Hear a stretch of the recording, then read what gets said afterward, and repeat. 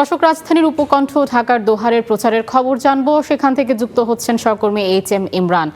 ইমরান, আপনার সাথে এর আগেও আমি যুক্ত হয়েছিলাম, জানছিলাম নির্বাচনী প্রচারণার খবর। এই মুহূর্তে নির্বাচনী পরিবেশ কেমন দেখছেন, বিস্তারিত জানাবেন। এই দোহারের শেষ মাথায় অবস্থান করছে বলা চলে। আমার ঠিক বাম পাশেই পদ্মা নদী পার দিলেই ফরিদপুর জেলা।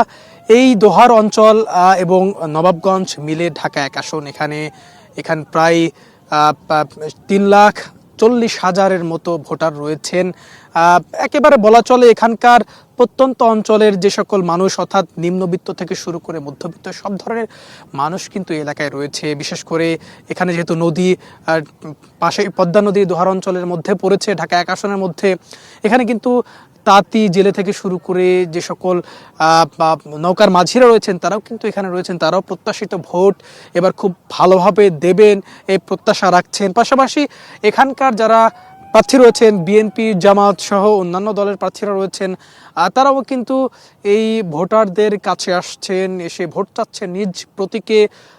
ভোটারদের সমস্যা, অর্থাৎ এই যে এলাকা, এই অঞ্চলের সমস্যার কথা তারা শুনছেন।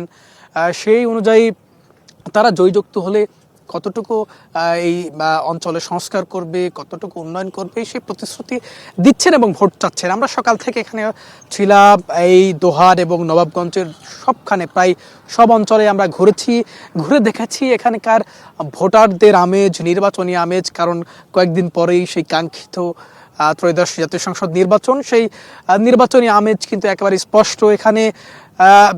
এখানে প্রার্থীরাও ভোটারদের কাছে যাচ্ছেন, ভোটারদের মধ্যেও কিন্তু ব্যাপক আমেজ আমরা লক্ষ্য করছি।